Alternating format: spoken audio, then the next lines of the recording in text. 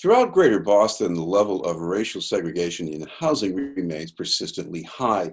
You can find a somewhat similar pattern among government workers for cities and towns, but many of those workers could soon be retiring, and many communities will be faced with changes in population and needs for service. That's what prompted a recent study by the Metropolitan Area Planning Council. To tell us about the project is its research manager, Jessie Partridge Guerrero. Thank you very much for being with us, Jessie. Hi, thank you for having me. Jessie, I mentioned the housing segregation, and I think I made it sound almost as if the municipal workforces were a pretty good match for that. But on the other hand, it's not that simple. I guess there is some difference between the workforce and those local populations, isn't there? Yeah, so our research looks at the municipal workforce for the entire metropolitan Boston region. And we see that there is a disparity in terms of representation of workers of color in the municipal workforce compared to the overall labor force. And it's not just a disparity between workforce and community, but if you look within the workforce, the managerial level and the other levels, what do you see? That's right.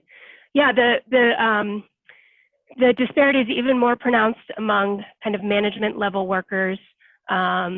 And we looked into specific occupation groups such as police and fire, teachers and librarians, and a couple others, IT, and things like that. And, you know, in each of those occupation groups, there is sometimes even greater disparity than in the overall municipal workforce.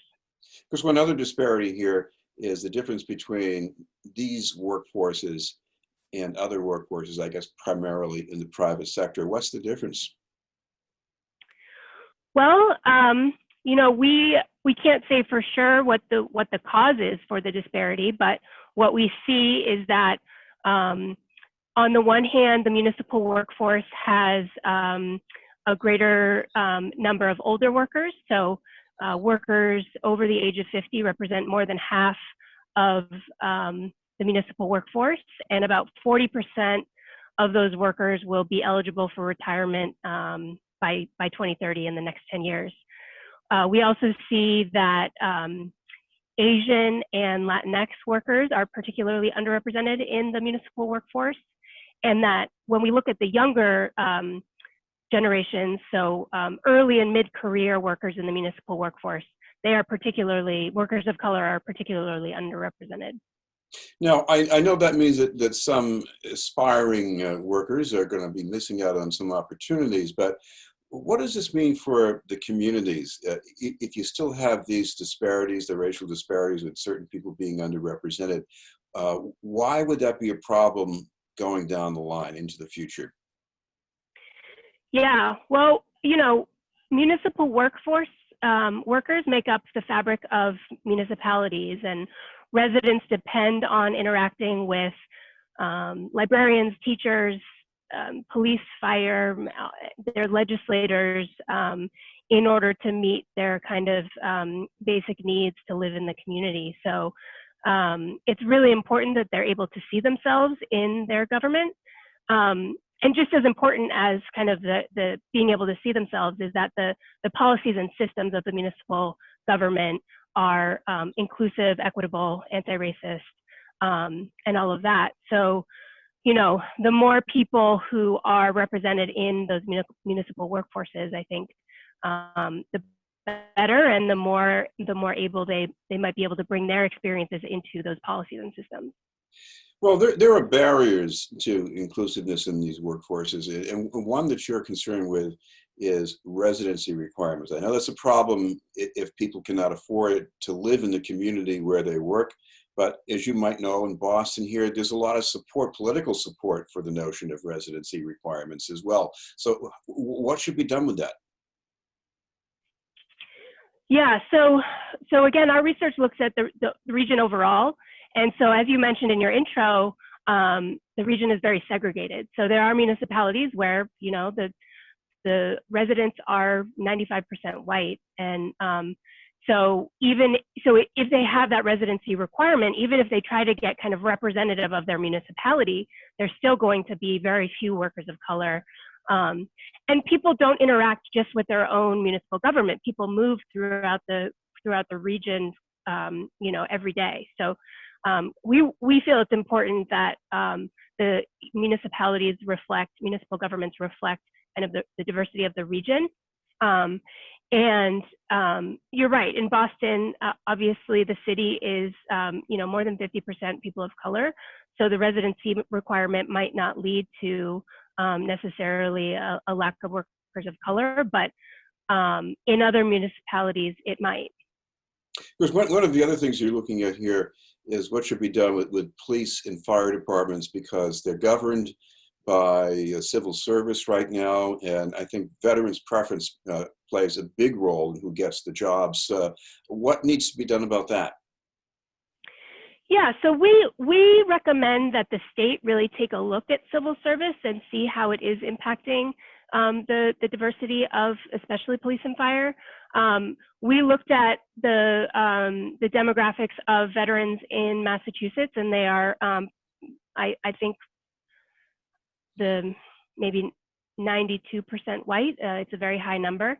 So obviously, if veterans are the folks being hired, and in some cases, it's very hard to get a position as a police officer or a firefighter if you're not a veteran, then that would kind of skew the demographics potentially. So, we talked to several municipalities who have removed themselves from civil service, and they found that they were able to more easily kind of be proactive and intentional about their hiring. So we really suggest that municipalities can take it on their own to evaluate it and remove themselves if they think that would help. But we do think the state should be involved in that process as well. Now, I would expect a huge amount of pushback on this from unions, and I'm sure they're going to be making the argument that it's civil service that protects us from political interference in these jobs. What would you say about that? Yeah, I mean, that was the intention of the creation of civil service. And so, obviously we still want those protections, but kind of the merit-based system that it was designed to be, as it turns out, kind of can lead to this, I don't want to say discrimination, but potential discrimination and lack of representation in the workforce. And obviously, we're not saying that veterans shouldn't be hired as police and fire. That's a really important goal. I think, maybe it's time for civil service generally to be reevaluated, and there are ways to make it that system work better. But for now, it's potentially a barrier for this diversity in the workforce.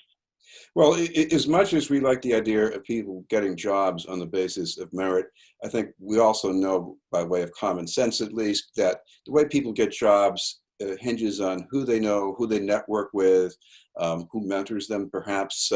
How do you put that into the equation here? Yeah, well, as you mentioned, we found that managers in particular are underrepresenting people of color and younger workers. So as leaders, managers do a lot of the hiring, and it's, unfortunately somewhat natural for people to hire folks who look like them or like them on paper. And so that inherently leads to potential bias and lack of representation. And we also know that mentorship is really valuable in terms of